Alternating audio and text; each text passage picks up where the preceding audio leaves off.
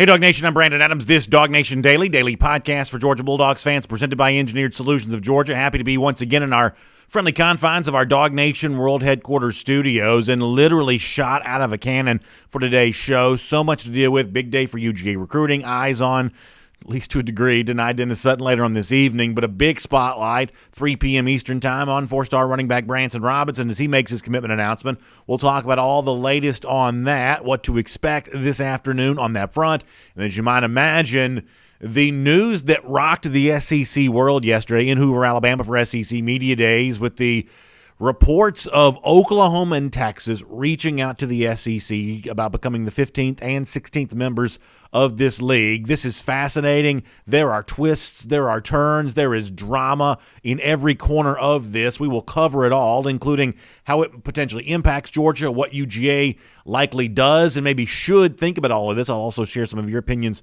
on this as well. We'll talk to Terence Edwards, the great former Georgia wide receiver, about all of this and, of course, reflect with him about what was a very nice day for Eric Gilbert, the brand new Georgia wide receiver here this week, too, getting a lot of buzz and praise there at SEC Media Days. I told you we were loaded. I think you'll find out that's true. We're going to have a great time. It's DawgNation Daily, the daily podcast for Georgia Bulldogs fans. We're actually presented today by Merriweather and Tharp. So let's say hello to our great friends there at Merriweather and Tharp. Get ready to rock and roll with them on a great time here today on the show. So good stuff with Merriweather and Tharp. Great to have all of you with us. DawgNation Daily, presented by Merriweather and Tharp on a wonderful Thursday, begins right now.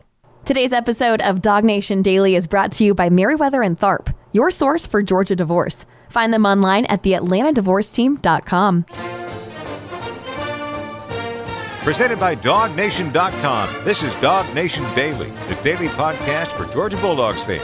Here's your host, Brandon Adams. All right, coming up in just a couple of moments, we're going to dive deep into all of the latest, the rumors, the reports, the facts, the fiction, when it comes to Oklahoma and Texas joining the SEC potentially. That's their desire, as has been reported. And we'll talk about Georgia's involvement in all of this. There's actually been some interesting things said about all of that. We will cover all of those bases before we're done. We'll also hear from former Georgia wide receiver Terence Edwards on this same topic today as well on a very, very busy edition of DawgNation Daily presented by Merriweather and Tharp. However, before we get to any of that and before we have time later on this week to react to more of what happened for UGA at SEC Media Days, you also are aware that today is a very big day for Georgia recruiting, in particular for the 2022 class. I want to highlight a name that we've been talking about for quite some time. And I got to tell you, and I think most Georgia fans feel the same way. There is so much excitement today about the possibility that before we all go to bed tonight, that Georgia may have added a great running back into its mix here in the person of Branson Robinson. We think of Georgia as being RBU. We know that Georgia has leaned on that running back university credentials in the past to, bring in guys like Kendall Milton, specifically citing his relationship or his, awareness of guys like DeAndre Swift and Todd Gurley, the other backs who've come through this program, Nick Chubb, Sony Michel, as one of the reasons why he chose UGA. I don't think there's anything that makes Georgia fans more proud, especially dating back to the great lineage of guys like Herschel Walker, the greatest of all time, and those that followed in his footsteps at the University of Georgia. Georgia fans love it when Georgia adds a great running back to the mix, and that's what Robinson provides for you a chance to do today. I'll show you Robinson himself on Twitter with his specific announcement. He says it all goes down today. He says 2 p.m. Central Time. That's obviously 3 p.m. Eastern Time.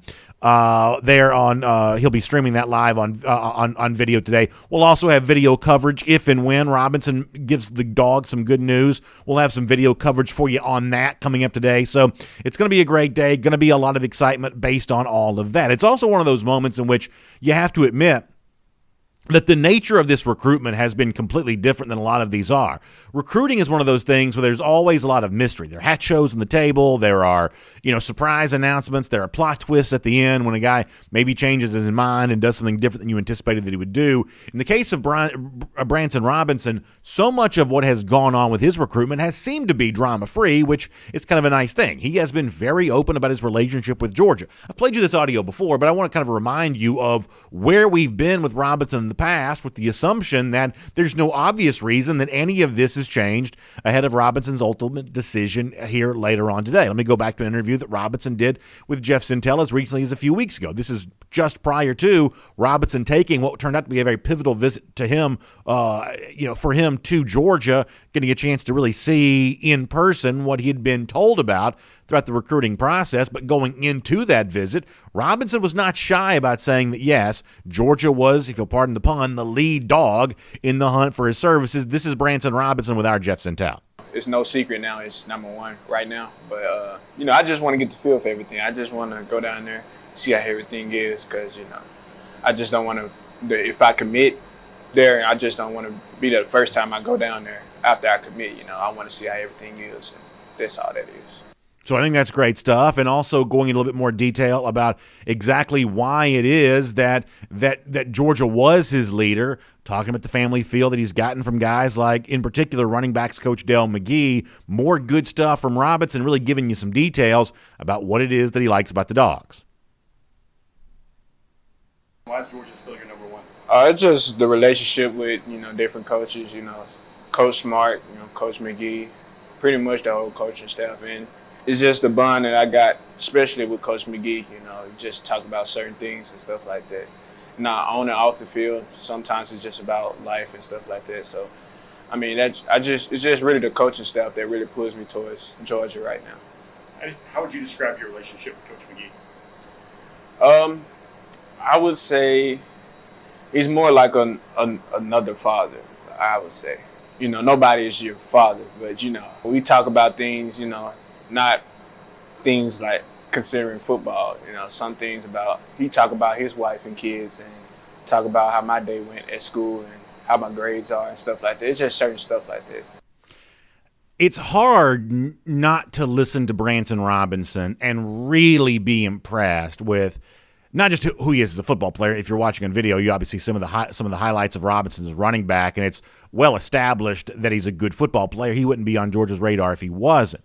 But I would say that the success quotient in college football is about more than just your physical abilities to get it done, because the honest truth is, anybody who does the recruiting stuff for a living, I'm talking about actual scouts who rate these players and really identify them when they're very young. I think most recruiting reporters and most recruiting, analysts, scouts, things like that would be fairly honest that sometimes it's hard to distinguish players within a category. They all look like great athletes, the ones that we would talk about in a show like this. But what separates one from the other? And I certainly don't have the empirical data to back this up.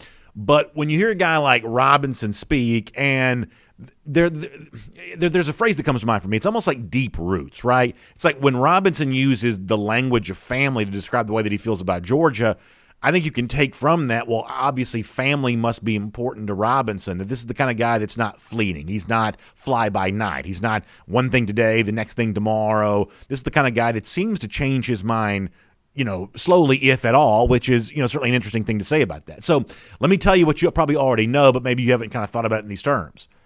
That if it does work out this way, and that Robinson chooses UGA today the way that it has seemed like he was going to every step of the way, that's the kind of player that I believe brings additional value to a Georgia program, because it is very good to introduce into your locker room someone who kind of brings that kind of salt of the earth mindset of, hey, I like family. I chose Georgia because it feels like family. I'm going to come here and be a contributing member to this family. In addition to being the kind of bell cow running back who can tote the rock for you, I'm going to get along well with the guys that are in this locker room, and it's very easy to imagine Robinson, like a few of these other guys who are current UGA commits, as future team leaders, team captain types.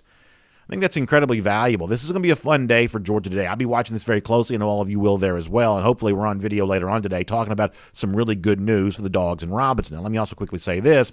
It is also decision day. This is where if this is a movie soundtrack, the music probably changes here a little bit. You've got the nice soaring orchestral epic tones, playing when we're talking about Branson Robinson. Maybe a little bit different kind of music. I don't know if it's a horror movie score or whatever else. When it comes to Deni Dennis Sutton, the very impressive edge rushing prospect, who's also let it be known that today, 5 p.m. at McDonald's School up there in Baltimore where he lives, and he says it's open to the public, he'll be making his commitment announcement. I have no reason to believe that this decision for DDS today is any different than I thought it was going to be when we talked about this a little earlier this week. It seems like over the last couple days of the weekend, heading into the start of the new week, that Denai Dennis-Sutton had kind of trended away from Georgia a bit. I'll still be watching, paying close attention to this. I mean, obviously surprises have happened in recruiting before, but for now, it doesn't quite seem like things are looking so good for UGA with DDS. But even if that goes that way, honestly, the spotlight should remain on Branson Robinson, a prospect that's certainly worthy of the attention that he's gotten on shows like this over the course of the last few weeks. And if he does truly commit to the G today to become the next member of RBU, it'll be a great day for Georgia indeed. My name is Brandon Adams, and this is DawgNation Daily, the daily podcast for Georgia Bulldogs fans, presented today by Merriweather and Tharp. And great to have you with us, no matter how you get to us today, live on video, 10 a.m., Facebook, YouTube, Twitter, Twitch. We're on the radio at noon on Athens Sports Radio 960, The Ref, podcast, all of them. Good to be back in our home here in our palatial DawgNation World Headquarters Studios, the friendly confines, as I like to call that. It's great to be with us, and a big, big, big thanks to our friends at Merriweather and Tharp for making it all possible. I love my friends at Merriweather and Tharp because, Bob and his wife Ashley, one of the partners there, big UGA folks, but also really tireless workers when it comes to solving a big problem that a lot of folks in our audience face. Statistically speaking, a lot of the folks who are listening to us right now have either been through, find themselves at the first steps of maybe about to go through the divorce process. It can be scary and confusing, and unfortunately, I can't eliminate the fact that it's a challenging time for you. I'm sure you have all kinds of emotions related to that. But here's the one thing I can tell you: that when you make the decision to hire Merriweather and Tharp, what you're doing is putting an advocate by your side who's going to walk with you every step of the way, going to work hard for you, going to roll up the sleeves and fight for you when necessary. And at a certain point in time, you'll probably maybe need some of that there as well. They're no stranger to all that kind of stuff. That's what Merriweather and Tharp does. It starts with a free initial consultation. They'll educate you about the process. And then after that, make the decision. Put them to work for you and let them get you everything that you deserve in all of this. Let them explain the specific intricacies of the law and how they impact your situation. This is what they're good at. They've been doing this for a long time. They've got a gigantic staff dedicated to helping make all of this go smoothly, setting you up to enjoy the next season of your life. So find them online, theatlantadivorceteam.com. That's theatlantadivorceteam.com. Merriweather and Tharp is your source for Georgia divorce. All right, we've got Terence Edwards coming up in just a moment, and one of the topics we're going to spend a lot of time talking to Terence about today is something that we're going to address here around the Doghouse, presented today by our friends at ServPro. Really excited to have ServPro with us for Around the Doghouse, and very interested in the topic we're going to address here just for a moment, because I'll give you the timeline here just briefly. So yesterday, I'm leaving Hoover, Alabama on my way home after having done SEC Country Live. And this is around the time that Texas A&M was beginning its appearance there at SEC Media Days. I was going home after having been there for the last couple of days. And a story drops from Brent Zwerneman of the Houston Chronicle that has had the entirety of the college football world, certainly within the SEC world, but the entirety of the college football world talking ever since. I'll show you this on the screen, the tweet that Zwerneman sent out, story linked, that has rocked everyone. The Houston Chronicle exclusive, Zwerneman says, Texas, Oklahoma reach out to SEC about joining conference. And it is interesting in the language used here that it's Texas and Oklahoma doing the reaching out and the SEC simply being on the receiving end and not the other way around. That is Brent Zwerneman. Now, here's the thing I want to spend some time kind of addressing here for a moment as we go around the Doghouse. I think the initial thought among some fans when something like this happens, especially given the fact that we are in what is known as talking season, I think the initial question that comes up, this is not to disrespect Zwerneman, who's a longtime reporter who's been a part of some big stories, certainly for a long time. But when the headline is that electric, I think there's some people who are left to wonder, well, is this real or is this just a talking season thing? Is this the kind of thing that's just kind of exaggerated for attention at a time in which there's very little else to kind of get fixated on when it comes to college football? Let me be very clear about one thing before we do anything else. The story, at least as Zwerneman has reported it, is real. Now, we'll find out if, this does result in Sooners and Longhorns being in the SEC, but I think you have plenty of reason to believe that what Zwerneman reported yesterday, every letter of what he wrote is actually true as of right now, and I'll give you a few pieces of evidence as of why. Sometimes one of the most telling things in college football is what's not said. And when you've got, statements being released that kind of work as non-denial denials, not outright denials, but the kind of thing of just simply not wanting to acknowledge that at the moment, I think that has the way of kind of working to be proof here. I'll show you a couple of examples of this. There's Warnerman himself sharing statements from both Texas and Oklahoma. Texas, the official statement from that organization, speculation swirls around college athletics. Well, we're not going to comment on rumors and speculation. Oklahoma saying the college athletics landscape is shifting constantly, and we don't address every anonymous rumor. So both Oklahoma and Texas giving you, as I said before, what kind of feels like a little bit of a non-denial denial. SEC Commissioner Greg Sankey, the entity on the other end of all this. Dennis Dodd and others reporting yesterday that when Sankey was asked about this directly, he says no comment on that speculation, told other outlets that he simply wanted to focus for now on the 2021 season. If this was obviously all made up out of whole cloth, Sankey would have had every opportunity not to acknowledge that, and he, kind of chose not to do that. The other thing that we kind of know here in terms of the reality of all this and the fact this is being taken very, very seriously is other Big 12 schools, in particular Oklahoma State, very quick themselves to jump out here and say, okay, if this is going on, if Oklahoma and Texas are doing this, then we've got to be ready to react there as well. Let me show you the statement here from Oklahoma State. Ralph Russo from the Associated Press sharing this.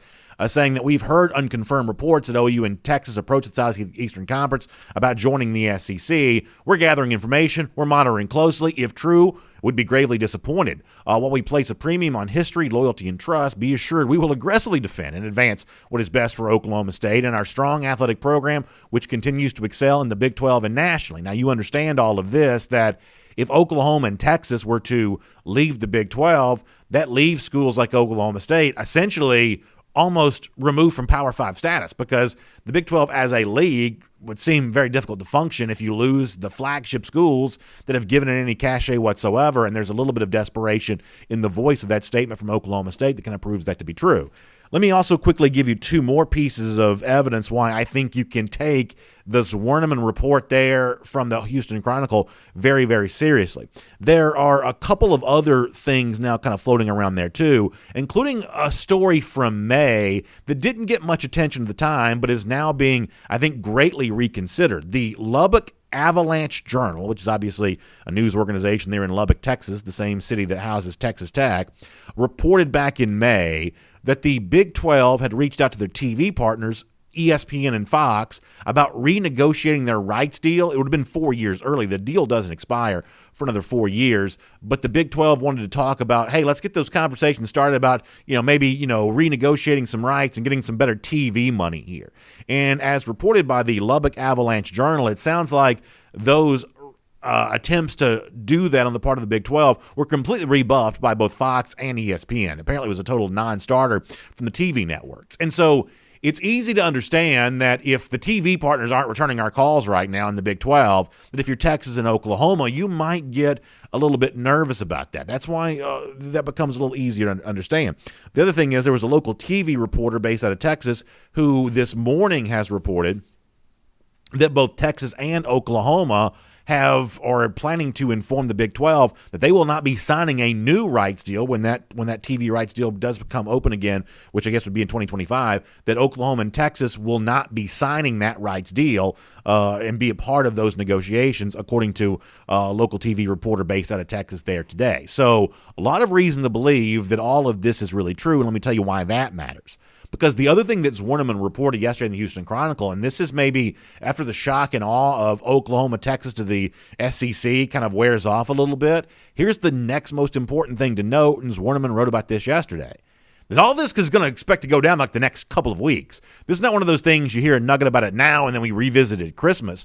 Warnerman says that all of this is going to play out very, very quickly, perhaps over the course of the next couple of weeks, which is in and of itself fascinating. Now, this still leaves us with a bunch of other questions. And before the show is done today, I'm going to try to address all of those, at least the ones that I can bring to mind here. including how any of this impacts UGA, what Georgia fans are saying about all of this. We'll do that before we're done here today on DawgNation Daily. And we'll also talk to Terence Edwards about this in just a moment there as well. Before we do that, though, let's go around the doghouse here for a moment. As I told you before, it's presented today by our friends at ServPro. And listen, you know this, that one of the hardest things for a homeowner to deal with is that moment when you look around your home and you see damage. Damage caused by water, damage caused by fire. It can be one of the most disastrous things that a homeowner can deal with, but that's one of the reasons why you want to know about my friends at ServPro, because when that happens to you, the cleanup and the restoration specialists at ServPro are going to be there for you. They're going to be working hard to get your home just like new, literally like it never even happened. That is what ServPro is famous for. All of their franchises are independently owned and operated. You got hardworking people dedicated to taking care of you when it comes to water damage, fire damage, making it all back whole again, literally making it like it never even happened. That's what ServPro can do for you. So please check them out on this website. It's servpro.com. That's SERV if you're listening radio podcast. SERV PRO, servpro.com. Check out ServPro, and they can literally make whatever damage you've dealt with, whatever needs to be restored in your home, like it never happened. Check out servpro.com today for a lot more on that. All right, we'll cover everything related to Oklahoma, Texas. Also, a little bit of a look back at what's happening for Georgia this week at SEC Media Days. Let's do all of that with our buddy Terence Edwards right now here on DawgNation Daily, presented by Merriweather and Tharp.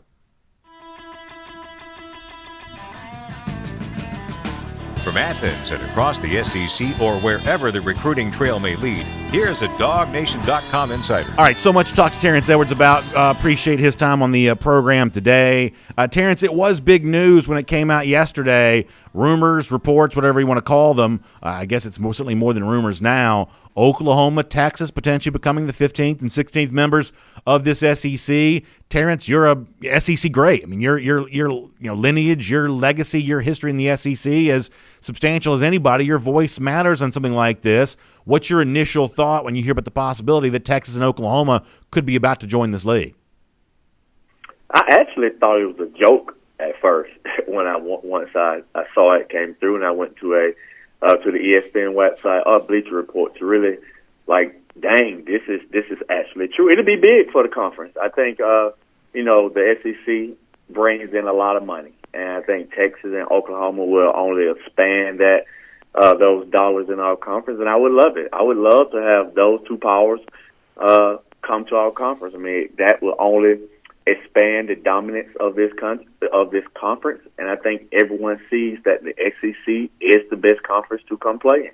Yeah, I mean, there's no doubt about that. I mean, the debate about what the strongest conference would be or what the conference that's kind of leading the way for college athletics would be, I mean, I would say this story, even as it's currently reported, would certainly suggest the SEC is far out in front of Big Ten, anybody else, in terms of where it stands right now and how it's thinking about the future. And Terence, I've heard from a lot of Georgia fans on this since the news first came out, and I would say that most of the fans I've heard from have kind of echoed what you have said there of, well, you got to make the SEC as big as it can be. You need to be as great as you can be, and Oklahoma, Texas help accomplish that, make everybody a lot more money there too. I guess let me ask the question this way, and I'm being intentionally devil's advocate on this. Is there any concern on your part as somebody who's, you're from the Southeast. I'm from the Southeast. I'm old enough to remember when this is a 10-team league. And listen, I'm not trying to say that everything needs to be, the way it was, way back a long time ago. Progress, typically speaking, is a good thing. Otherwise, it wouldn't be progress. I understand all of that. But when you talk about adding two more teams from the West, all of a sudden the geographic center of this league starts to move a little bit. And the University of Texas, from a cultural standpoint, I would say is very different than a lot of other schools in the SEC.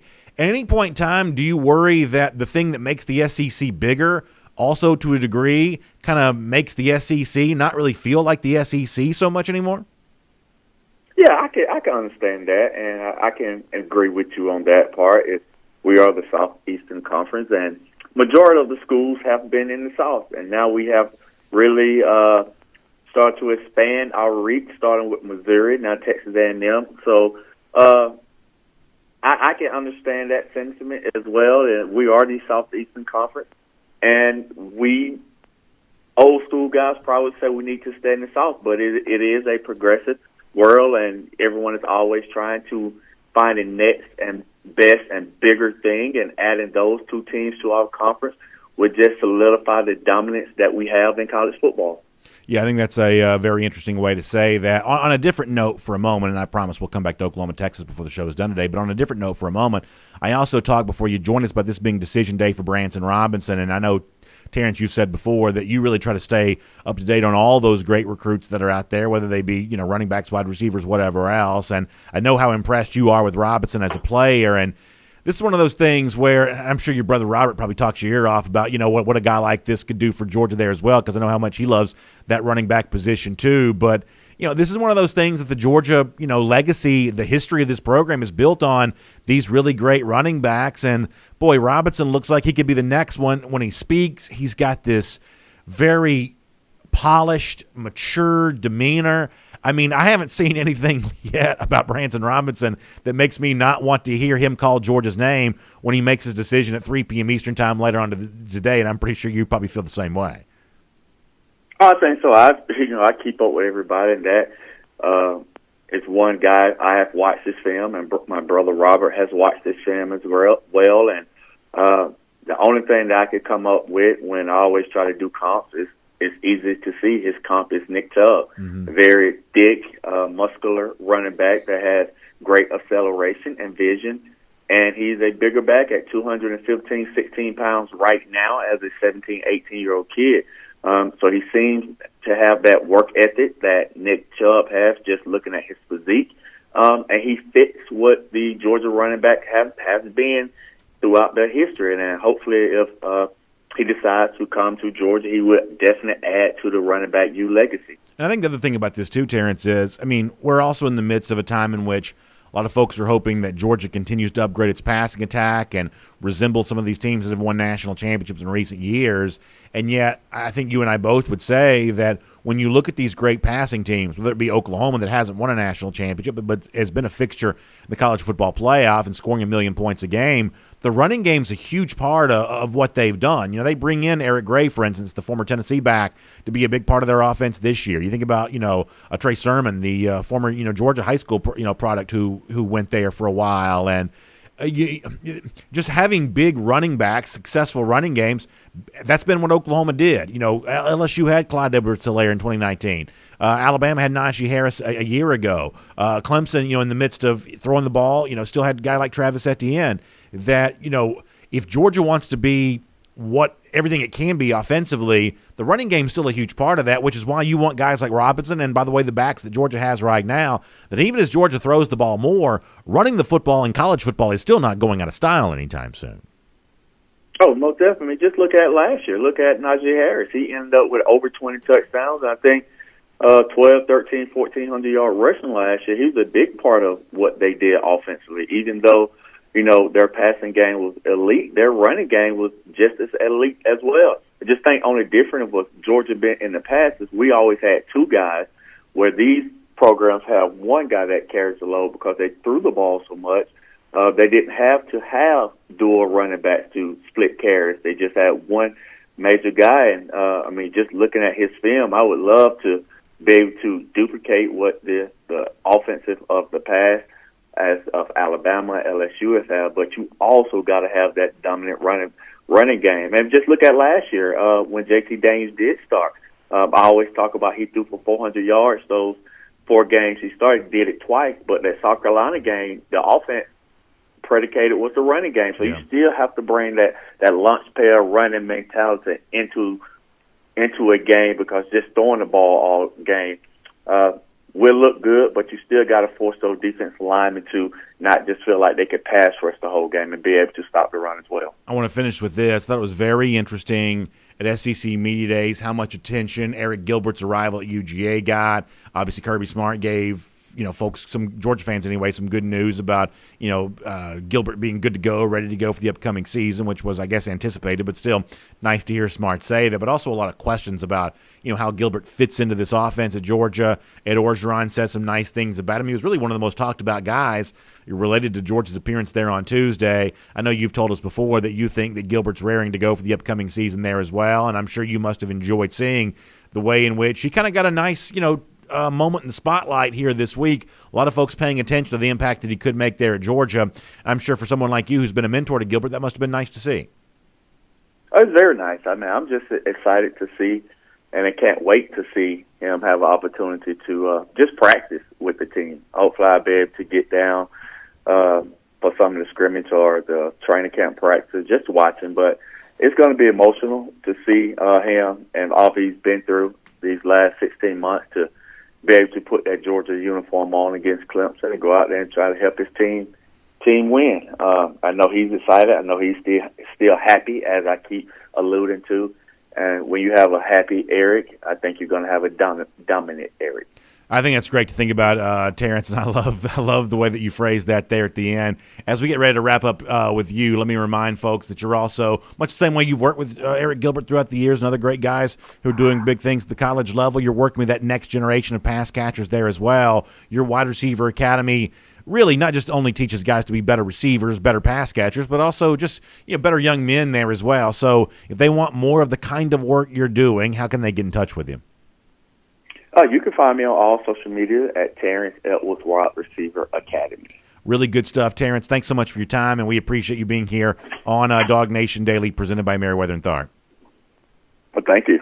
All right, good stuff there from Terence Edwards. Before we move on, I also want to take a moment to remind you about something there as well, that today is the last day for you to sign someone up, nominate someone to be a Kroger 5-star kid. So I want to make sure I let you know about this. We've had an unbelievable response to this. We've had some great stories told. Obviously, this is kind of like what we did back in the spring with our 5-star moms for Mother's Day, and that was such a popular thing with our friends at Kroger who've really stepped up to the plate here to make this wonderful. So if you don't know what I'm talking about, if you've missed the show and want to find out more about this, go to DawgNation.com. Up there at the top, you'll see a link for the Kroger 5-star kids nomination. You can learn all about it. One of the things that we're doing is we're going to draw 50 of these DawgNation Kroger 5-star kids T-shirt winners. I think this T-shirt is awesome, by the way. These just look so good. Got the Kroger logo, got the DawgNation logo, the 5-star kids. This is a fun thing. A lot of you have asked about the kids stuff for DawgNation anyway, and this is a great way to get one of those.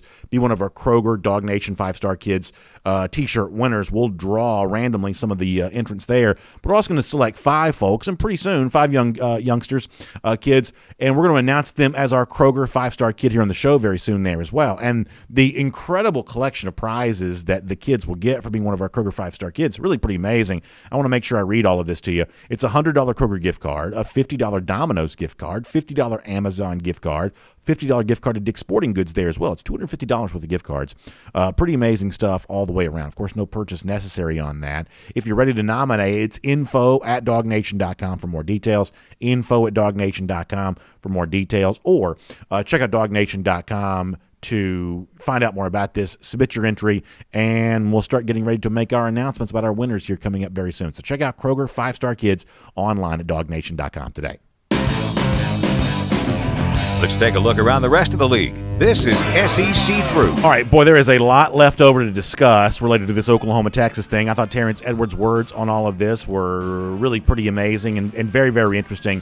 So we will kind of pick it up where he left off there. And I think there are a few questions that need to be asked on this. And the answers to these questions are going to determine where all this goes next. And if you're just joining us, video, radio, something like that, we're talking about the report from Brent Zwerneman from the Houston Chronicle yesterday that has rocked the college football world, that Oklahoma and Texas have reached out to the SEC about joining the league, and that all of this could happen literally sooner rather than later over the course of the next couple of weeks. So here's the first question that I think is interesting. Who leaked this story to Brent Zwerneman? Now, Zwerneman's going to protect his source, but that doesn't stop us from speculating about it. And this is one of those things that's more than just palace intrigue, soap opera drama. I think who leaked the story gives you a little bit of a clue as to where this is going next. For instance, yesterday, driving home from Hoover, Alabama, it seemed like a lot of folks there at SEC Media Days were treating this as a bomb dropped by Texas to take the spotlight off of Texas A&M and its appearance at SEC Media Days, because the timing of this is amazing, both in terms of the fact that it literally drops at the moment Texas A&M is going up to the podium there at SEC Media Days, and as luck would have it, you can decide for yourself if this was luck or intentional, Ross Bjork, the Texas A&M AD, was also on hand with Jimbo Fisher and the Aggies players there as well. It's also fairly interesting that it came 10 years to the day from when Arbo and Lofton, the Texas A&M president, a decade ago, had talked about the uncertainty surrounding the Big 12, and here we are a decade later. Now it seems like Texas and Oklahoma have kind of noticed the same thing. So here's why this matters.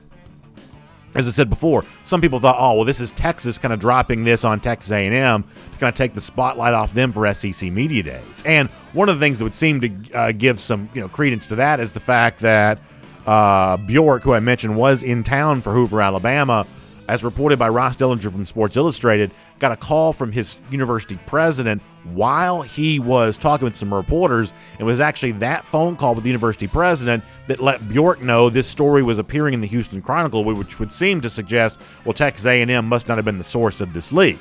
But there are other folks, including Pete Thamel from Yahoo Sports, who are saying that this could have been Texas A&M that chose to leak this for one specific reason. That if A&M is able to get this out into the public and not allow Texas to work in secrecy in trying to come to the SEC, A&M, and Bjork made it very clear yesterday that he wants the Aggies to be the only Texas school in the SEC. That Texas A&M does not want this to happen, and since we know that's true, that by the insinuation from some reporters, including Thamel from Yahoo, is if A&M then leaked this story, all of a sudden by making it public, it makes it harder for Texas or Oklahoma to operate on this, and it also makes it easier for those who might like to stop it. Fox Television Network, who currently controls a good bit of the Big 12 TV revenue, TV inventory, Oklahoma State, who we've already heard from in the show, it gives them a chance to stop it, or maybe it gives other leagues or other entities a chance to get involved and maybe steer Texas or Oklahoma in their direction and not towards the SEC. So whether it was someone on the Texas side who leaked this or someone on the Texas A&M side who leaked this, that could actually matter in terms of how quickly the gears turn to make all this happen. The other thing that I think you're left to wonder is if Texas A&M is going to be open about saying we don't want the Longhorns in the SEC, will anybody else in the league step up and join them on this? You need 11 of 14 schools to vote to add Texas or Oklahoma. Will A&M have any allies in this whatsoever? It has been openly speculated that schools who have blocked SEC teams in the past or sought to block SEC expansion in the past, Georgia being one of these, those schools that have an in-state rival who plays in the ACC, Kentucky, South Carolina, Georgia, Florida, they didn't want Florida State, Georgia Tech, Clemson, or Louisville to get any kind of consideration for being added to the SEC, so maybe that previous feeling from them would make them feel like they had common cause alignment with Texas A&M right now. I think one of the things that may suggest that's kind of maybe not quite so true is the fact that really nobody up to this point in time, and I'm recording this right now late on a Thursday morning, to this point in time, nobody else other than A&M has kind of spoken out about this at all, that if one of those other schools that I just mentioned was somehow in agreement with Texas A&M that you shouldn't add the in-state rival into the league, they may have spoken up and said something by now.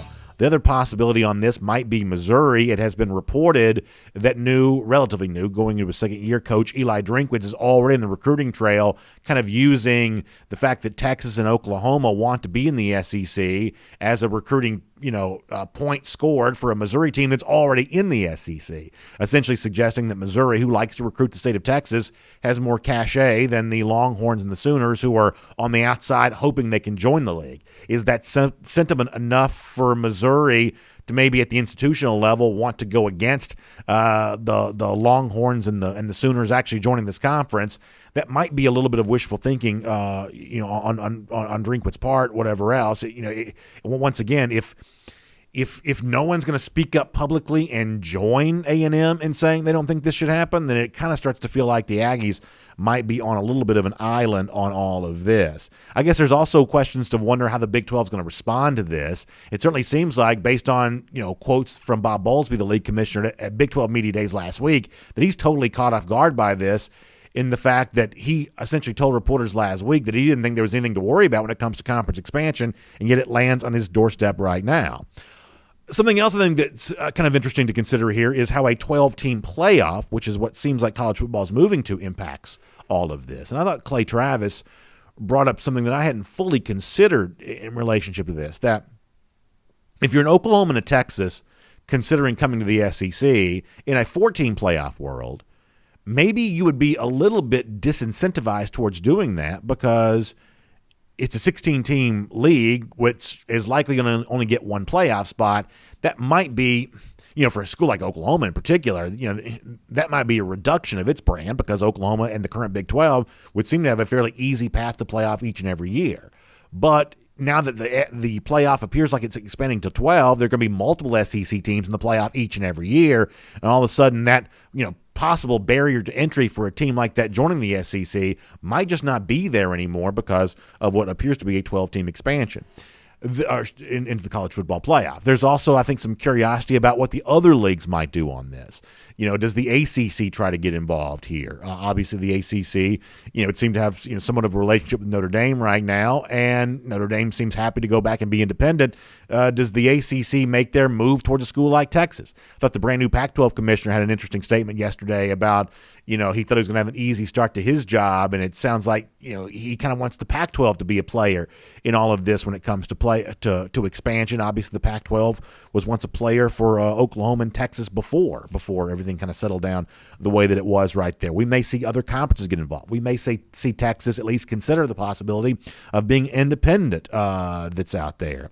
Also, in terms of, why all of this is happening now, I would go back to what I said before about the weak bargaining position that the Big 12 seems to have when it's TV partners. And for a TV entity like ESPN, who would obviously like to have more Texas games, obviously like to have more Oklahoma games, and thinking that you could get more of that by simply adding those two programs into the SEC without, having to buy all of the Big 12 rights, would, in a lot of ways for an entity like ESPN, that kind of seems like a bargain. Although it's also important to note that in previous expansion, you ever watch, the movie The Insider about the whistleblower for the tobacco company that goes on 60 Minutes, and there was all this fear that the tobacco companies were going to sue 60 Minutes, and the concept of tortious interference came up about, interfering with what is a, signed contract. There's, I guess, also a little bit of concern here that, listen, if you get in there and start messing too much with all of this and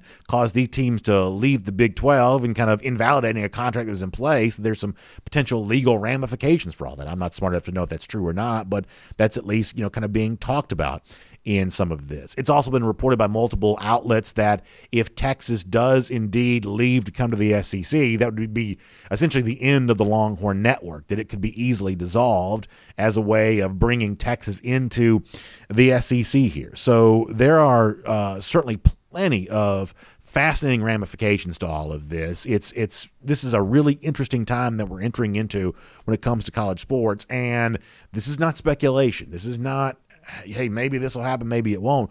One way or another, something is going to happen. Now, that doesn't necessarily mean that Texas or Oklahoma land in the SEC, but the process of going down that road, which could ultimately, result in the dissolution of the Big 12 and maybe Texas, Oklahoma being somewhere else besides the SEC, that's a strong possibility here as well. So the bottom line is it's not clear if the Longhorns and Sooners are coming to the SEC, but some stuff is about to go down in college sports, and it's going to go down in a very big way. I'm going to close out here in a moment by giving you a reaction to some Georgia fans from all of this news based on something that I put out on Twitter yesterday. We'll do that here coming up in a moment. Before that, though, as the summer games get ready to get going on, don't forget about my friends at the Finnish Long Drink. And the reason why I bring up summer games when I bring up my friends at the Finnish Long Drink is, go back to the 1950s in Helsinki. That's actually the origin story for the Finnish Long Drink, created there in Finland to celebrate the arrival of those games and the fun that was had by all around that. And it's been a part of good time get-togethers ever since, all around the world, now in the United States, here in Georgia there as well. You see on the screen, for those of you watching on video, all of the varieties of the Finnish long drink. The traditional, which I love. It's kind of like a grapefruit citrus kick to go along with the gin. Unbelievable. It's a ready-to-drink cocktail coming right out of the can for you. Pop the top. You can drink it out of the can. You can pour it in a glass. Either way, it's just kind of ready to go for you. There's a long drink cranberry. There's a long drink strong. Comes in a black can. It's 8.5% alcohol by volume. There's long drink zero, which is a really cool thing there as well. It is just really fun. And you've been hearing me talk about about it. A lot of you have shared with me on Twitter your own experiences enjoying the finished long drink, and it sounds like you're really happy to have heard about it. So if you haven't tried it yet, you want to know where you can get it. A lot of bars in downtown Athens, a lot of golf courses around where I live in the Atlanta area here, beverage stores, everything else. The simplest thing for me to tell you to do is to go to thelongdrink.com. thelongdrink.com, and find out where you can pick up the finished long drink today. And some of you ask, if you live outside the state of Georgia, can you also find out about that there too? You certainly can, thelongdrink.com. You can figure out where you can get that today. So here's what I said on Twitter yesterday. I'll just kind of sum all this up. That it seems obvious that adding Oklahoma and Texas to the SEC brings in more money, but it also creates two additional slices of the pie out of that money. In other words, is the kind of revenue boost that you're going to get worth also dividing up money more ways for schools, 14 of which that are dividing up a pretty big pie of money as it stands right now. Just to kind of give you kind of a capsulized opinion on all of this, I'm certainly not going to stand in the way and say this definitely shouldn't happen with Texas and Oklahoma joining the SEC. I sort of have my reasons for kind of hoping that it doesn't. I can't help but be fascinated by the story, though. It's just so interesting. And, I found myself this morning trying to read everything I could related to all of this. But I guess in terms of this, for me, being a no-brainer for the SEC, I'm maybe a little skeptical of that. But I did want to share some feelings of some Georgia fans on this topic. Let me run through a few of these. And unfortunately, I can't read all of the responses that I got. But I do want to read a few that kind of represent what a lot of Georgia fans are saying. Crowley Dog writing in on Twitter to say, is it time for the SEC to turn a blind eye to Texas and Oklahoma? He says, remember when Florida State and Clemson wanted a second chance in the SEC, and that essentially didn't happen. There's obviously a sentiment out there, especially for those who don't like Texas, and there are some, plenty of college football fans around the world who kind of don't like Texas, that you'd love nothing more than to say, no, Texas, we're not interested in you, we're not going to consider you. But I guess it certainly seems like, though, that the monetary worth of the Texas brand is just too much to turn down, and obviously as Texas goes, it seems like Oklahoma kind of wants to go there as well. Mike Porter also bringing up an interesting point, saying that my immediate concern would be realignment. He says Oklahoma and Texas are west. He says the easternmost west schools are Auburn and Alabama. And that is kind of interesting that it seems like if you were to keep it to two divisions, that the addition of Texas and Oklahoma would seem to push Tuscaloosa and Auburn a little more into the eastern part of this conference, and all of a sudden you do think about realignment.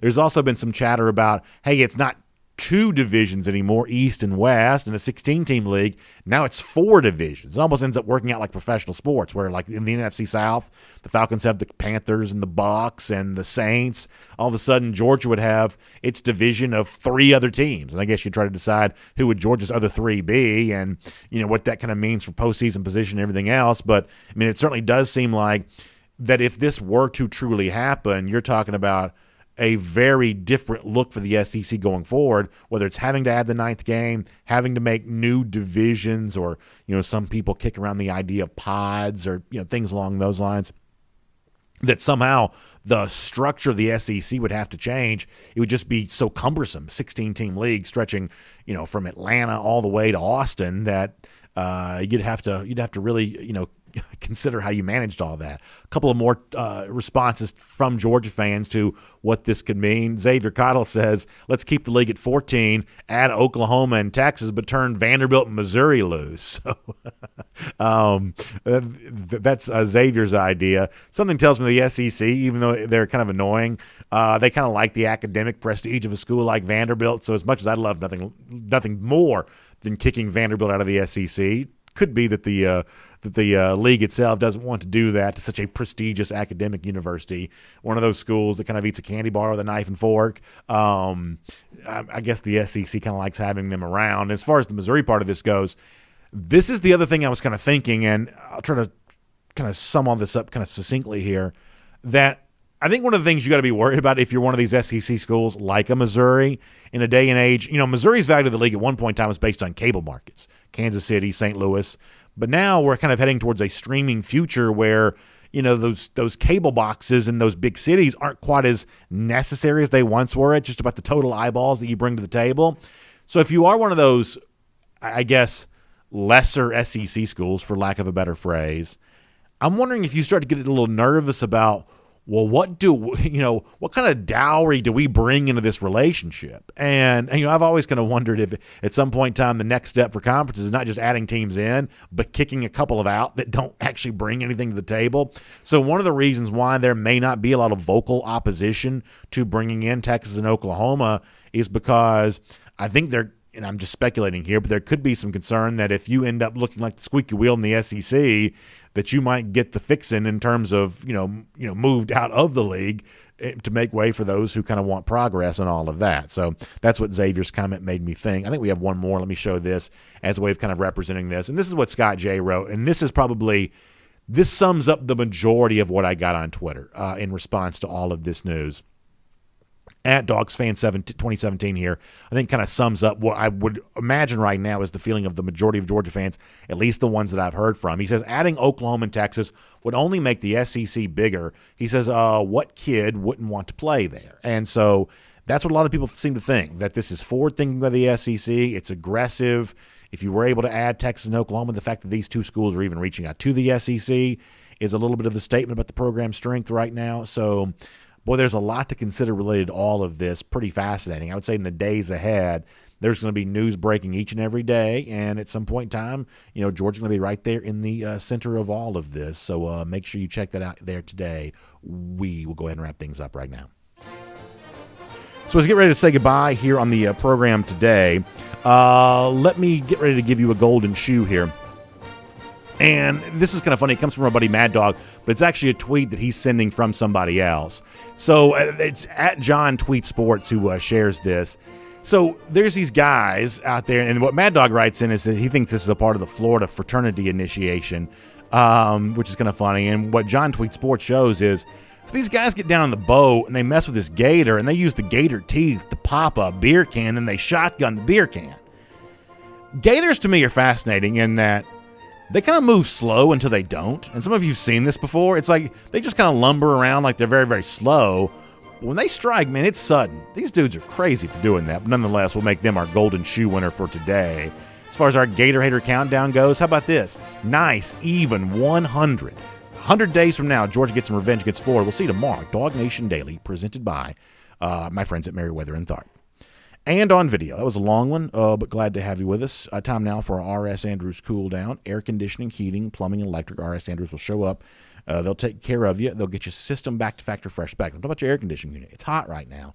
And if your system's not working, you're miserable. I know that already. Or if you're worried about your system going out, then you're anxious. Well, R.S. Andrews can cure all of that. They get you tuned back up to factory fresh specs. It's just $99. So find them online at rsandrews.com. All right, I'm going to do this. I'm going to get some comments here. We'll roll through all of this, get your thoughts about everything. We'll be ready to be back live with you today, hopefully this afternoon, to hopefully celebrate some great news for Branson Robinson. Of course, this evening for our Cover 4 Live there as well. Jeff's on vacation, but we'll get Connor Riley and Mike Griffith and all of that. A lot of Big 12 talk there today, expansion talk and everything else. So Scott Harris asked an interesting question. How are student athletes supposed to travel across the country and still go to class? I just got back from Cali last night. Would not think of going to a class today. Well, it's important to note, though, that the definition of going to class now is a little different than it used to be.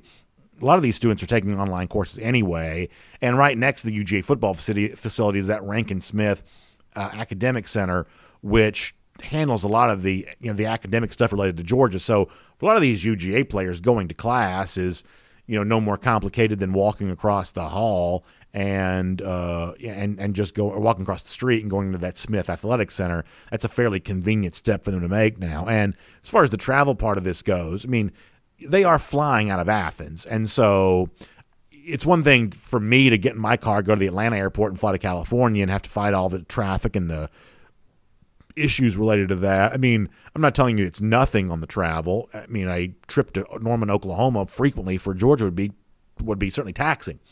But it's a little different when you're, chartered plane, flying out of Oklahoma, police escort to and from the airport probably. That's a little bit different than what you and I deal with when we have to travel. And DMART 42 says the same thing. There's no airport fatigue. Yeah, I mean, most of what we deal with when it comes to travel, and I'm like you, I mean, I drove home from Birmingham yesterday. I'm kind of groggy and tired today.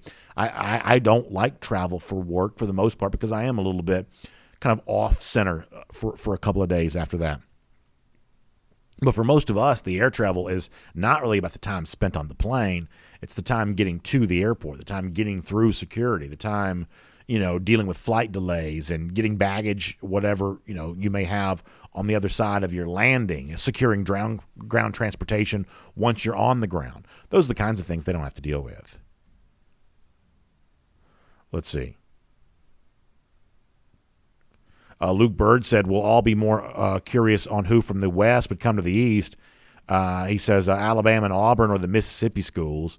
Yeah, I mean, obviously, if you were to keep the two divisions as they are now, then the easiest thing to do would be to move Alabama and Auburn over, both in terms of geography and in terms of the fact that Georgia wants to play Auburn every year and Tennessee wants to play Alabama every year, and the other two schools feel the same way there as well.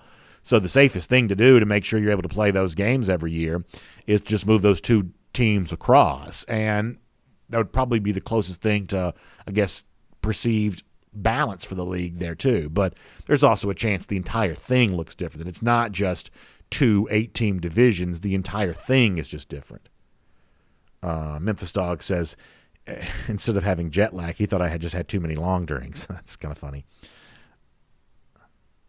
Paul Moon said, let's bring in Oregon and Washington and put them in the East. I mean, it is kind of funny. I joked about this, half kidding, half serious, about a year or so ago when USC was, kind of frustrated with the Pac-12. It seemed like at the time, and the Pac-12, you were left wondering, is this even going to be a league anymore? Back during the administration of Larry Scott, I kind of jokingly said, hey, maybe Georgia should just invite USC to join the SEC. I mean, at one point in time, the Falcons and Braves were part of the National League and NFC West. So if the Braves and Falcons are going to travel out there and play the Giants and the 49ers and the Dodgers and the Rams and whoever else was in the West at the time, then, what would be such a big deal about USC coming and playing SEC teams? I mean, I was half kidding, half serious, but, I mean, we are to a point now where the SEC may be called the Southeastern Conference, but geography has very little to do with this league anymore. And this is one of those things where, and I promise I'm not going to be, the old man on the porch on this. I'm not going to stand in the way of it happening, but I'm also not going to cheerlead for it to happen necessarily every step of the way there either, because the thing I keep coming back to is when Texas A&M joined the SEC, one of the figures within the Texas A&M community that was fairly pivotal on this was Gene Stallings, a guy that obviously knew the SEC and had affection for Texas A&M. And I think the phrase that's attributed to Stallings was, oh, well, A&M should go to the SEC. He called it a good cultural fit. I think cultural fits matter. And I do think that Texas A&M, for the most part, is a pretty good cultural fit for the SEC in a way that I'm not quite so sure that Texas would be. And I think you got to be a little bit worried here when the geographic center of your league moves. As the epicenter of your league moves, I think the defining characteristics of your league also kind of evolve there as well. For instance, let's say some issue popped up from time to time. It's fairly easy to know how most of the SEC would vote on that issue because these SEC institutions, for the most part, I mean, you got outliers like, Vanderbilt. You got outliers on the other side of that there as well. But, for the most part, this league is fairly well aligned, and there's kind of some commonalities these league schools have. But the more you add schools that kind of don't come from that same heritage, the more that starts to change a little bit. It's I guess what I'm saying is that it's obvious this will make the SEC more money, but that money's not going to go in my pocket, so I'm not going to root for them just because it makes them more money. I guess I'm not wholly convinced this would be good for college football, even if it would be what's what I'm looking for, lucrative for the SEC. Alan V-Troll Patrol says, get off my lawn. That's not what I'm trying to be. I'm not trying to be the get off my lawn guy. As I said before, I'm not going to stand in the way. I'm not going to say just because this is new and different, it's the kind of thing that you definitely shouldn't want. I'm not going to do that. With some things in college sports, I kind of will do that. On something like this, I'm kind of not going to because I'm clearly excited by all the news, whether it's popped up over the course of the last 24 hours. I'm clearly excited about that. But also, I'm not one of these people that is going to say, well, this is definitely going to play out exactly as everybody thinks it's going to. Unintended consequences are a real thing. Frank Patterson brings up a great question.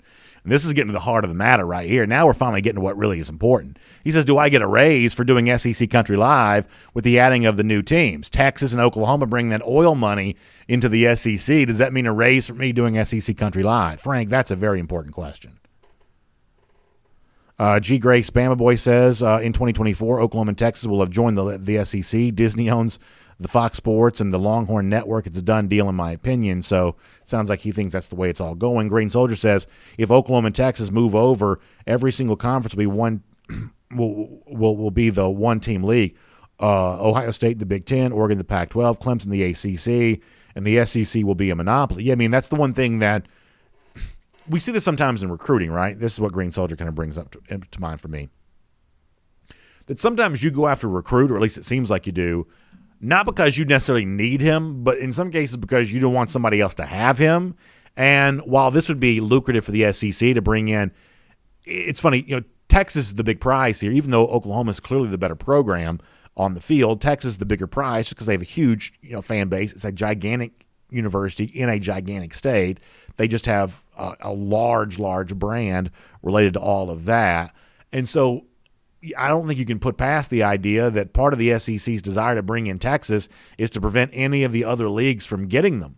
Because if they do, I mean, if the SEC were to get Oklahoma and Texas, how do the rest of the leagues really respond on that? I mean, there are only a small handful of schools that really kind of move the needle on something like this. And obviously Notre Dame would be out there. They would be one. But, it's still not obvious that the creation of super leagues would be any kind of motivation for Notre Dame to want to join a conference. In fact, Jack Swarbrick was one of the key figures in the recent deliberations on the 12-team playoff, knowing that the four top conference champions are going to get those buys in the college football playoff, which means that Notre Dame wouldn't be eligible to be a top 4 seed because they're not in a conference right now.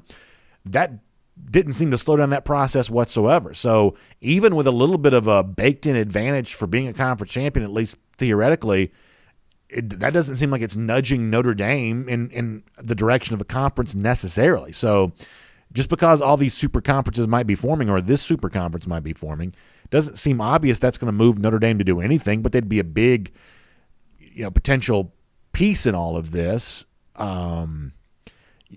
You're just sort of left to wonder, kind of what happens by the Big Ten, the ACC, the Pac-12 as a response to this.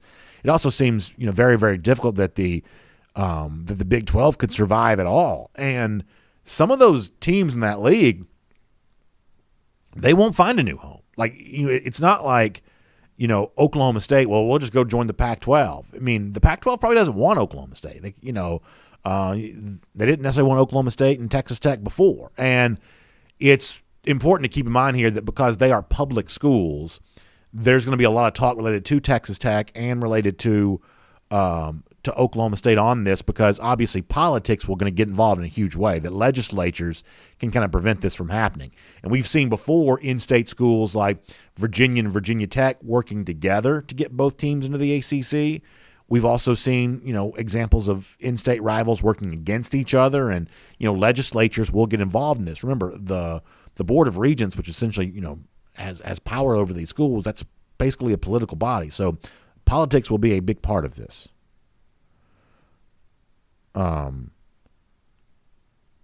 William Perry says that he wished the SEC would show support for Texas A&M, telling Texas to kiss our you-know-what and add Oklahoma and Clemson. Texas acted like a spoiled brat when A&M left for the SEC. They don't deserve to be in the SEC. I'm right there, William. I'm with you, William, in terms of not really liking Texas, and it would feel good to watch the SEC, as A&M wishes they would, kind of stiff-arm them and say thanks but no thanks. Unfortunately, I don't think that's what's going to happen here. Certainly doesn't appear that's what's going to happen. But yeah, I understand why you kind of want to see that take place. Frank Patterson also points out that if we bring in Texas, they must play South Carolina every year in the barbecue bowl, the mustard versus the vinegar, who you got. Yeah, I mean, we'll also, I mean, I like brisket as much as the next guy, but I'm kind of raised on pork barbecue. I mean, we're also to the point now where a huge percentage of this league would now kind of, when they think barbecue, think beef and not pork. I mean, that's telling you a lot right there about how the SEC is changing, when the sole number of fans who, when they close their eyes and think barbecue, think beef before pork. I mean, that gives you an idea right there of how much the league is changing in relationship to all that. Let me get some Facebook comments, and I'll come back to YouTube in a little bit. But it's fascinating stuff, man. I mean, I'm telling you right now, even if I'm not 100% for it, I am 100% glued to the TV, or the phone screen, more accurately, to kind of watch how it all goes. Barry Watkins says it's going to be 2 or 3 super conferences. The SEC super conference will be the first one. And I think that Barry, for the most part, is right about that. I guess the point that I was trying to get to a moment ago, and I think I kind of spoke this inarticulately, is there a real path forward for an ACC or a Big Ten to actually become a super conference? In other words, you need super teams to be super conferences. As much as I don't like Texas, they do have that kind of super team cachet to them. Oklahoma, because of the on-field stuff, kind of has the same way. I mean, when you say, hey, we're adding Oklahoma, Texas, there's a big wow factor there. Big, huge, loud headlines. Other than Notre Dame, who really provides that? I mean, right? I mean, so there's just almost nobody left. I mean, that's probably part of the reason why the SEC would be so interested in this, is because if it's going to happen, these are the 2 real prizes. Oklahoma State, Texas Tech, they don't bring that kind of cachet. Kansas is one of the great basketball programs, but nobody really cares about Kansas from a football standpoint.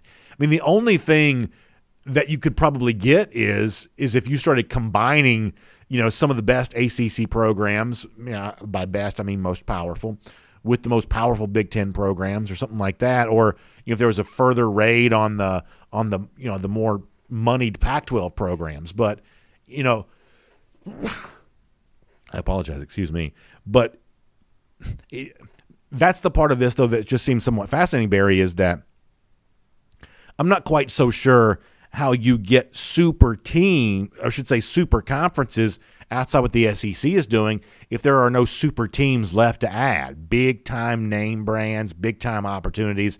I mean, you may see the attempt of trying to raid more of the well-known, big branded, schools and other conferences just as a way of responding to this. Let's see what else. Bobby Leather says, I'm all for it happening, but I want Auburn and one of the Mississippi schools to come over from the East. I don't know. I know it's a harder schedule, but I wouldn't mind seeing Georgia and Alabama play more frequently. And that's one of those things even dating back to before the time I was born. We haven't seen a lot of Georgia-Alabama games over the years. If this were to happen, and it led to kind of realignment like you're suggesting, I'm not so sure I'd mind more Georgia-Alabama. I think it's also interesting to note that who would Georgia's 4 teams be if you were making the 4-team division? Like, the one thing is Georgia and Florida would have to be in the same division, right? So that. So who would the other 2 teams in that division be? My assumption would be that that one of those teams would have to be Tennessee, right? Tennessee, Florida is a very important game, has been for a long time. Tennessee, Georgia, maybe a little less so, but still pretty important. So it seems like Tennessee's an obvious 3rd. And who does that 4th become? Does it have to be Vanderbilt because that's the in-state rival for the Vols? Is that the way that would go? What would happen to South Carolina in that instance? Somehow the SEC schedule, I think, in a 16-team league would still want to play Alabama, Tennessee every year, still want to play Georgia, Auburn every year, or maybe it doesn't. Maybe nobody cares about that anymore. Randy Hall says Florida State and Clemson add wow factor. I mean, on the field, certainly Clemson does, and historically Florida State has there as well.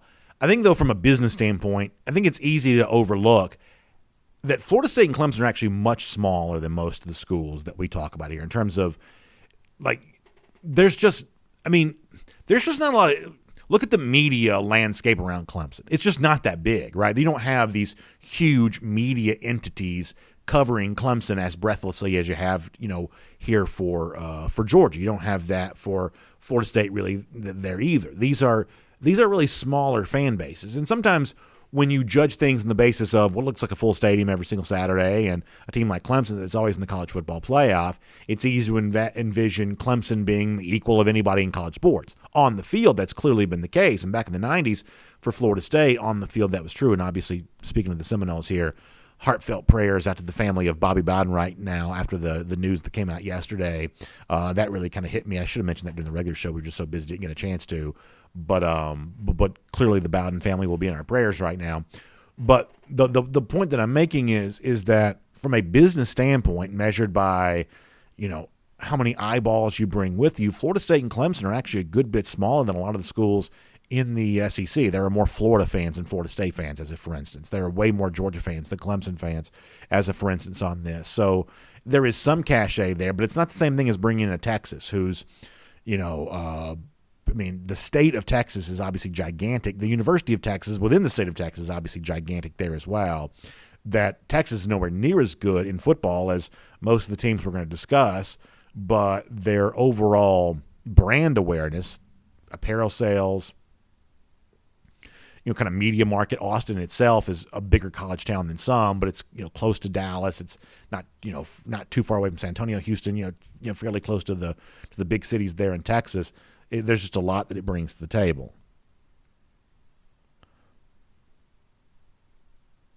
Matt Rugavina says, I live in Texas and I hate this. Expand to 18 playoff and protect the regional integrity that makes college football special. Yeah, I certainly understand where you're coming from on that, and I guess that would be kind of my preference there as well, but I'm not going to, and I'm sure you wouldn't either, Matt, I'm not going to pretend not to acknowledge why the SEC might want to do this, but I have to say that maybe privately I'm kind of rooting against it happening.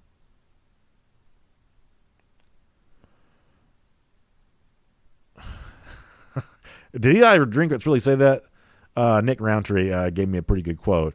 That's pretty funny. Let's see what else is going on. Jimmy Durham is going to take a vacation. He says he's got some pre-recorded comments he's going to be dropping in here, which is very funny. Jimmy, I like that. Epic Robinson with his daily mention of Bill Bender, which is very funny. Randy Hall, we will be doing video coverage this afternoon of Robinson, hoping to hear some good news. And when he does, we'll be on video to celebrate that. Brian Whitehead talking about Eli Drinkwitz having some swag. Yeah, I think one of the biggest upsets for me over the last couple of years is just how entertaining of a personality Eli Drinkwitz has. Very, very funny guy. I think he's actually a much bigger and better personality than I assumed he would be when he came in this league, because he doesn't look that way, but he operates for the most part kind of like that. Stephen Burton says his daughter Kylie's fifth birthday today, and she's hoping for a Branson Robinson commitment to celebrate. Happy birthday to you, Kylie. I hope you enjoy that fifth birthday, and hope you get some good news on Branson Robinson later on. Make sure your daddy gets you something nice for your birthday there as well. So happy birthday to you. All right, a couple more here.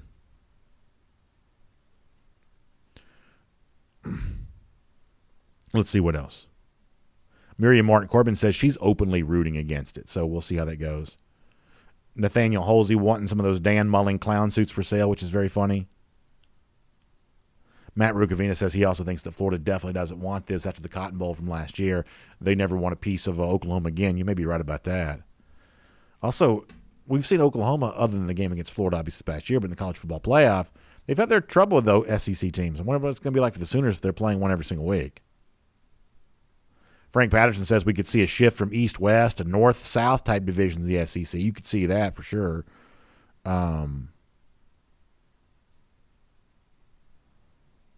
Let's see. Mike D also talking barbecue in here. He mentioned Southern Soul. That's one of my favorites. I like it. I like it for sure. Also, I think what's all kind of interesting about this is that I thought that Jimbo Fisher had a very effective day at SEC Media Days yesterday talking about his team, and that does kind of get obscured either intentionally or not by all of this. But I thought that Fisher had a good day yesterday, and hopefully tomorrow we can talk some more about that.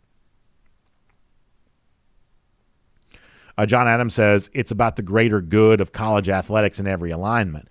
And John, I think you're obviously right that the entities, the powers that be, wouldn't do this if they didn't think it was better.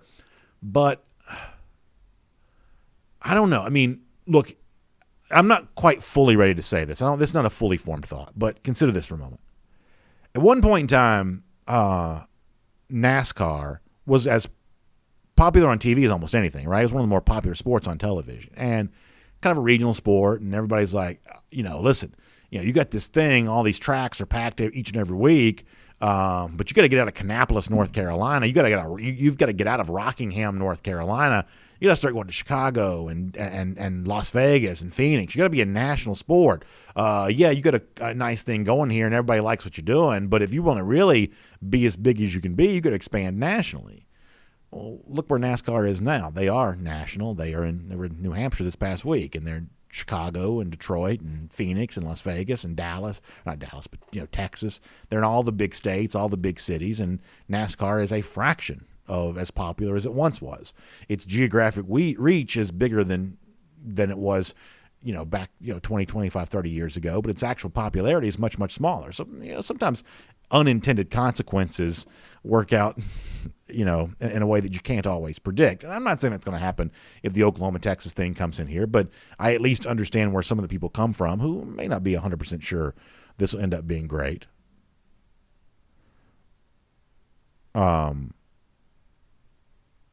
G. Grace Bama Boy also talking some barbecue there as well. And G, I'll tell you this: I've had some good stuff in Tuscaloosa.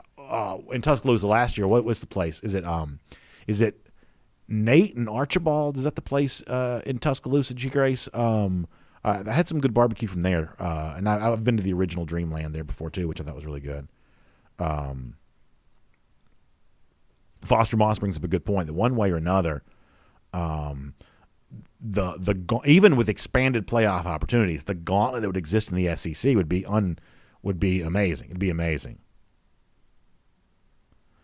Green Soldier says, to be fair to NASCAR, the NASCAR lost its soul trying to be the mainstream instead of letting the fist fly and the mouth talk. And that's the thing, Green Soldier, is I guess that's what I don't want to happen, right? Because obviously at face value, adding a Texas and Oklahoma makes the SEC bigger and better. But there is something to be said for the SEC right now has a little bit of soul. It kind of means something. When I was younger, if I was in a SEC venue, I've done the SEC chant before, right? I'm a fan. I've done the SEC chant.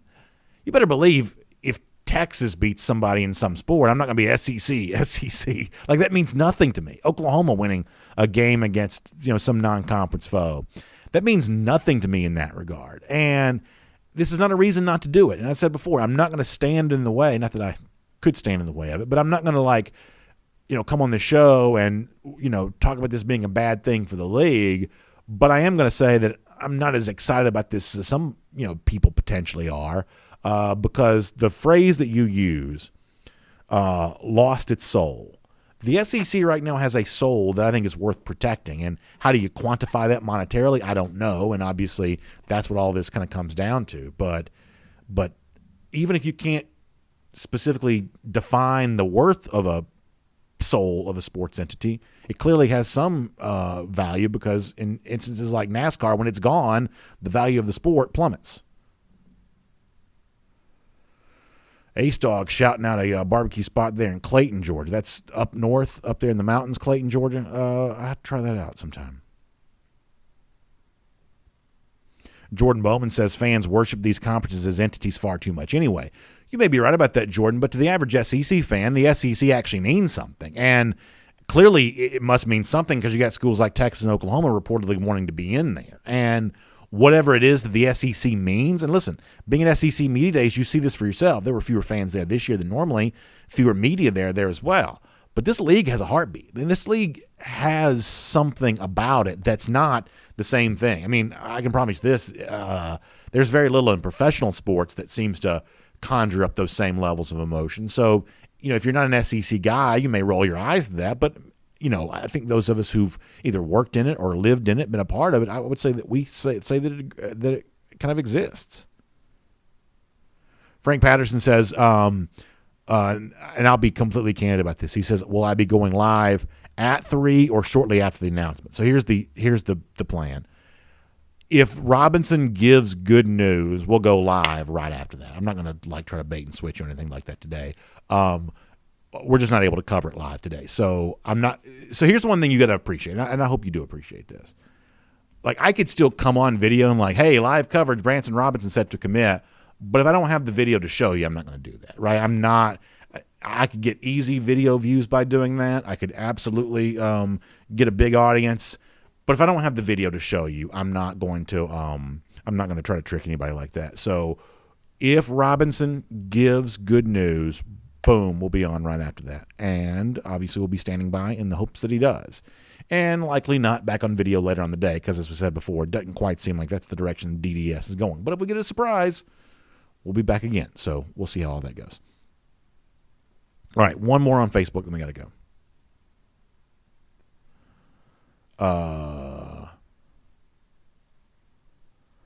Anything else?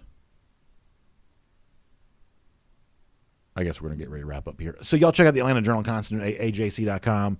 All kinds of news around our city about everything that's been going on. A lot to keep up with in the regular news there as well. And the AJC certainly gives you a great chance to do that. A little bit of the crime beat, unfortunately, that's been, kind of hot and heavy as of late, but pretty interesting stuff on that. Also, a little bit of a change coming to Powder Springs when it comes to pets at park events, based on something that went down between a couple of, dogs there as well. Also, summer games coverage, Olympics coverage from the AJC there too. All kinds of information about how you can watch the games and kind of the Georgia connections to all of that. And, of course, as we mentioned, a very good look back from our buddy Steve Hummer to the games in Atlanta 25 years ago. You can get some more on that. Bad news for the Hawks on the injury front. And the latest on Atlanta United there as well. So, and by the way, if you care, ACC Media Day is ongoing there too. You can get some coverage of that with the Atlanta Journal-Constitution at ajc.com there as well. This was a long one today, but we appreciate you being here for it. It's DawgNation Daily, presented by Merriweather and Tharp. We will look forward to seeing you again tomorrow. And, of course, for R.S. Andrews Cool Down as well, rsandrews.com for your air conditioning, heating, plumbing, electric needs. We'll see you back here tomorrow morning, 10 a.m. Have a good day, everybody.